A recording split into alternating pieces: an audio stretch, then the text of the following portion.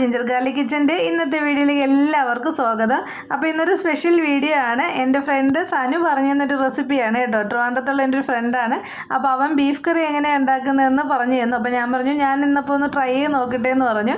അപ്പോൾ നമുക്കത് എങ്ങനെ ഉണ്ടാവുമെന്നൊന്ന് ട്രൈ ചെയ്ത് നോക്കാം. അപ്പോൾ അത് ഓക്കെ ആയില്ല എന്നുണ്ടെങ്കിൽ ഞാനിന്ന് എൻ്റെ ബീഫിൻ്റെ പൈസയൊക്കെ അവൻ്റെ നിന്ന് മേടിക്കാമെന്നുള്ള പ്ലാനിലാണ് കേട്ടോ. അപ്പോൾ അതിന് വേണ്ടിയിട്ട് ഒരു കൈപ്പിടി അളവിൽ ഞാൻ ചെറിയ ഉള്ളിയാണ് എടുത്തിട്ടുള്ളത്.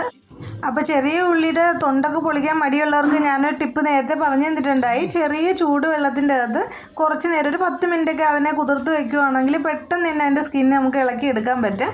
പിന്നെ ഇഞ്ചിയും വെളുത്തുള്ളിയാണ്. ഒരു തുടം വെളുത്തുള്ളിയും ഒരു വലിയ ഇഞ്ചിയും ഞാൻ ചെറുതായിട്ട് കട്ട് ചെയ്തിട്ടുള്ളതാണ്.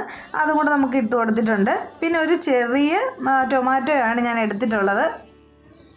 ഇനി നമ്മൾ എരിവിലേക്ക് ആവശ്യമായിട്ട് പച്ചമുളകാണ് ഇട്ട് കൊടുക്കുന്നത്. നമ്മൾ ഇതിൻ്റെ അകത്തേക്ക് മുളക് പൊടിയൊന്നും ആഡ് ചെയ്യുന്നില്ല. അപ്പോൾ 1 കിലോ ബീഫിന് ഏകദേശം ഒരു 5 പച്ചമുളകാണ് ഞാൻ എടുത്തിട്ടുള്ളത്. അപ്പോൾ അവൻ പറഞ്ഞത് 5 പച്ചമുളക് തന്നെ ഇനഫാണ്, കൂടുതലിൻ്റെ ആവശ്യമില്ല എന്നാണ് പറഞ്ഞത്. അപ്പോൾ ചെറിയ പച്ചമുളകൊക്കെയാണ് നിങ്ങൾ എടുക്കുന്നതെങ്കിൽ അളവ് കൂട്ടി എടുത്താൽ മതിയാകും. അപ്പോൾ നമുക്ക് അതും കൂടെ ഇങ്ങനെ കട്ട് ചെയ്തിട്ട് കൊടുക്കാം.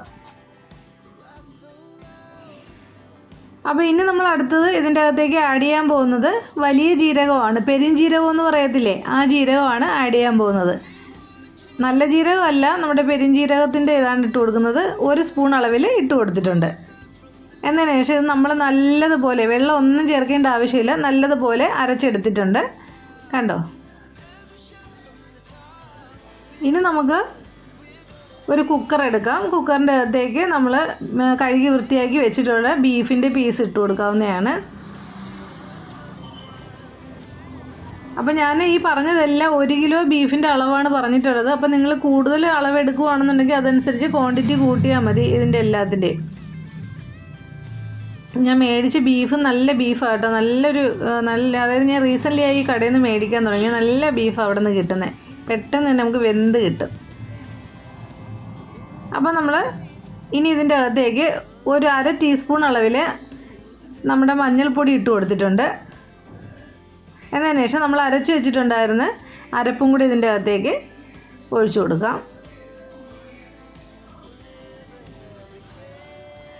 ഇനി ഇതിലേക്ക് ആവശ്യത്തിന് ഉള്ള ഉപ്പും കൂടെ ഇട്ട് കൊടുക്കാവുന്നതാണ്. ഞാനിപ്പോൾ ഉപ്പിട്ട് കൊടുത്തിട്ടുണ്ട്. ഇനി നമുക്ക് ഇതിൻ്റെ അകത്തേക്ക് കുറച്ച് കറിവേപ്പിലയും കൂടെ ഇട്ട് കൊടുക്കാവുന്നതാണ്. അപ്പോൾ കറിവേപ്പിലയും കൂടി ഇട്ട് കൊടുത്തു കഴിഞ്ഞാൽ ഇതിനെ നല്ലതുപോലെ തിരുമ്മി യോജിപ്പിച്ചെടുക്കുക. അപ്പോൾ നമ്മൾ കൈകൊണ്ട് തന്നെ ഇങ്ങനെ മാരിനേറ്റ് ചെയ്തെടുക്കുന്നതാണ് കുറച്ചുകൂടെ നല്ലതായിട്ട് എനിക്ക് തോന്നുന്നത്. നമ്മൾ സ്പൂണൊക്കെ യൂസ് ചെയ്യണമെന്നുള്ളവർക്ക് അങ്ങനെ യൂസ് ചെയ്യാവുന്നതാണ്. അപ്പോൾ നമ്മൾ സാധാരണ വീട്ടിലൊക്കെ കൈയൊക്കെ വാഷ് ചെയ്തിട്ട് തന്നെയല്ലേ ഫുഡ് ഉണ്ടാക്കുന്നത്. അപ്പോൾ കൈകൊണ്ട് ഇങ്ങനെ നല്ലതുപോലെ തിരുമ്മി യോജിപ്പിച്ചെടുക്കുന്നതാണ് കുറച്ചുകൂടെ ബെറ്റർ. അപ്പോൾ നല്ലതുപോലെ കുറച്ച് സമയം എടുത്ത് തന്നെ നമ്മൾ കൈകൊണ്ട് ഇങ്ങനെ നല്ലതുപോലെ ഒന്ന് ഇതിനെ ആ അരപ്പ് എല്ലായിടത്തും ആകത്തക്ക രീതിയിൽ നല്ലതുപോലെ മിക്സ് ചെയ്ത് കൊടുത്തുകൊണ്ടിരിക്കുക. അപ്പോഴേ ഈ അരപ്പെല്ലാം കറക്റ്റായിട്ട് എല്ലാ പീസിലേക്കും ഒന്ന് ഇതായിട്ട് കിട്ടുള്ളൂ. എന്നതിന് ശേഷം നമ്മൾ നമ്മുടെ കുക്കറിൻ്റെ മൂടി കൊണ്ട് ഇതിനെ അടച്ച് വയ്ക്കുവാണ്. എന്നിട്ട് നമ്മൾ കുക്കറിൻ്റെ വെയിറ്റും കൂടി ഇട്ട് കൊടുക്കുവാണ്. എന്നിട്ട് നമ്മളിത് സ്റ്റൗവിലേക്കൊന്നും വെക്കുന്നില്ല. അവൻ പറഞ്ഞത് ഒരു 3 മണിക്കൂറെങ്കിലും നമ്മളിങ്ങനെ തന്നെ മാറ്റി വയ്ക്കുകയാണെന്നുണ്ടെങ്കിൽ നല്ല അടിപൊളിയായ ടേസ്റ്റിൽ ബീഫ് കറി ഉണ്ടാക്കാനായിട്ട് പറ്റും. അതല്ല ഇനി ടൈം ഇല്ല എന്നുണ്ടെങ്കിൽ ഒരു 1.5 മണിക്കൂറെങ്കിലും നമ്മൾ മിനിമം വെക്കാനായിട്ട് പ്രത്യേകം ശ്രദ്ധിക്കുക. ആ സമയം കൊണ്ട് നമുക്ക് സവാള കട്ട് ചെയ്യുവോ അങ്ങനത്തെ കാര്യമൊക്കെ ചെയ്യാമല്ലോ. നമുക്കിതിലേക്കൊരു 3 സവാളയാണ് ഞാൻ എടുക്കുന്നത്. അപ്പോൾ നമ്മുടെ ബീഫ് നമ്മൾ മാരിനേറ്റ് ചെയ്ത് വെച്ചിട്ട് ഇപ്പോൾ ഒരു 1.5 മണിക്കൂറായിട്ടുണ്ട്. ഇനി വേറെ ഒന്നുമില്ല, നമുക്കിതിനെ വേവിച്ചെടുക്കാം. പിന്നെ അടുത്ത സ്റ്റെപ്പ്, ഞാനൊരു പാൻ അടുപ്പത്ത് വെച്ചിട്ടുണ്ട്. നമുക്ക് സവാള ഒന്ന് വാട്ടിയെടുക്കേണ്ടതായിട്ടുണ്ട്. ഇപ്പോൾ നമ്മുടെ പാൻ ചൂടായി വന്നിട്ടുണ്ട്. അതിലേക്ക് നമുക്ക് ആവശ്യത്തിന് വെളിച്ചെണ്ണ ഒഴിച്ചു കൊടുക്കാം.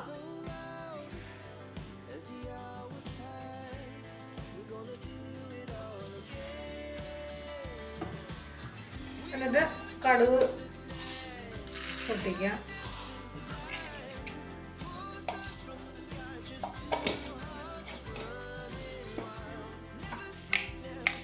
കടുക് പൊട്ടി വന്നിട്ടുണ്ട്. നമുക്ക് കുറച്ച് കറിവേപ്പിലയും കൂടി ഇട്ട് കൊടുക്കാം.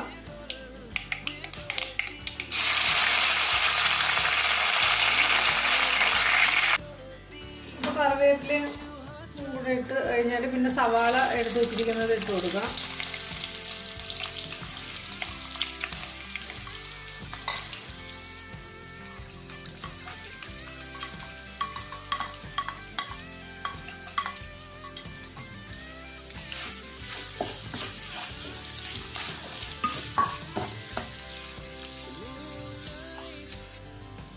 കുറച്ച് ഉപ്പ് ഇട്ട് കൊടുക്കുന്നുണ്ട്.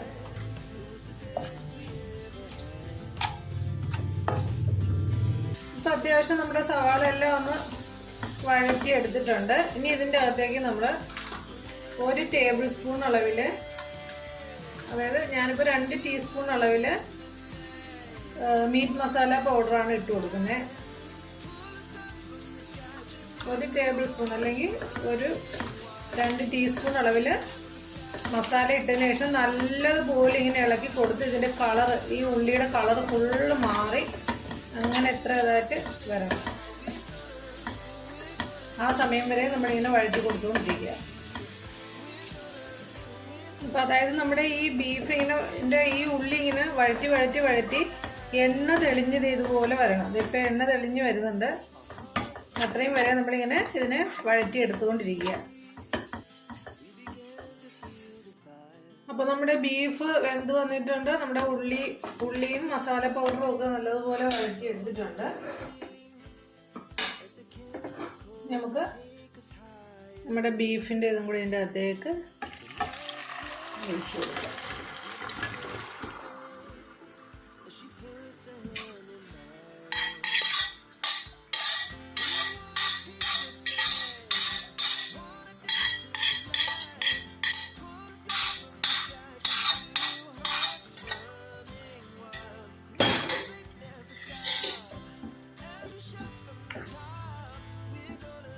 നല്ലതുപോലെ നമുക്ക് വീണ്ടും സവാളയും മസാല എല്ലാം കൂടെ ഇതിൽ പിടിക്കത്തക്ക രീതിയിൽ നല്ലതുപോലെ ഒന്നുകൂടെ ഒന്ന് മീഡിയം ഫ്ലെയിമിലിട്ടിട്ട് വേവിച്ചെടുക്കാം.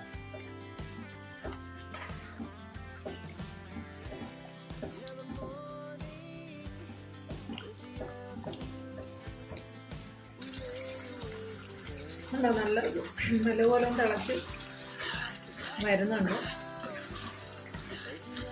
അപ്പോൾ നമ്മൾ പച്ചമുളക് മാത്രമാണ് ഇട്ടേക്കുന്നത്, വേറെ എരിവിന് വേണ്ടിയിട്ട് വേറെ ഒന്നും ചേർത്തിട്ടില്ല.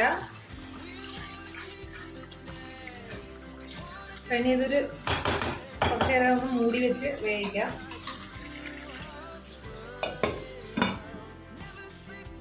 നമുക്കൊന്ന് തുറന്ന് നോക്കാം. ഇപ്പോൾ ഒരു 10-15 മിനിറ്റ് ആയിട്ടുണ്ട്.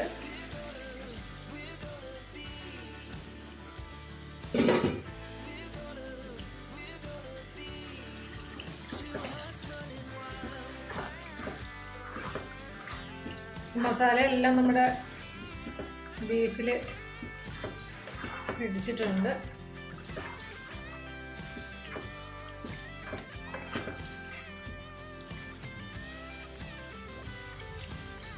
ഇനിയിപ്പോൾ നമുക്ക് സ്റ്റവ് ഓഫ് ചെയ്ത് കൊടുക്കാവുന്നതാണ്.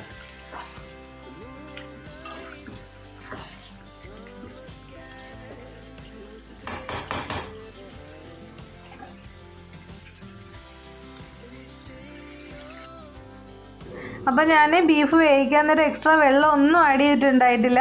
അപ്പോൾ ബീഫിൽ നിന്ന് ഇറങ്ങിയിട്ടുള്ള വെള്ളത്തിൽ തന്നെയാണ് വേവിച്ചെടുത്തത് കേട്ടോ. അപ്പോൾ നിങ്ങൾക്ക് കുറച്ചുകൂടെ ഗ്രേവി വേണമെങ്കിൽ കുറച്ച് ചൂടുവെള്ളം കൂടെ ഒഴിച്ചു കൊടുത്താൽ മതി. അപ്പോൾ നമ്മുടെ ചങ്ങാതി ചതിച്ചോ ഇല്ലയോ എന്ന് ഞാൻ ടേസ്റ്റ് നോക്കിയിട്ട് പറയാം കേട്ടോ. അപ്പോൾ അടിപൊളി ടേസ്റ്റാണ്. ഞാൻ ഓർത്ത് മുളക് പൊടിയും മല്ലിപ്പൊടിയൊന്നും ഇടാത്തതുകൊണ്ട് വലിയ ടേസ്റ്റൊന്നും ഉണ്ടാകത്തില്ല എന്നാണ് ഓർത്തത്. അപ്പോൾ തീർച്ചയായിട്ടും നിങ്ങൾ എല്ലാവരും ട്രൈ ചെയ്ത് നോക്കുക. ട്രൈ ചെയ്ത് നോക്കിയതിന് ശേഷം ഇഷ്ടമായാൽ വീഡിയോ ഒന്ന് ലൈക്ക് ചെയ്തേക്കുക, ഷെയർ ചെയ്യുക, സബ്സ്ക്രൈബ് ചെയ്യുക, കമൻ്റ് ഇടുക. ഓക്കെ, നമ്മുടെ ഇന്നത്തെ വീഡിയോ ഇത്രയേ ഉള്ളൂ. താങ്ക്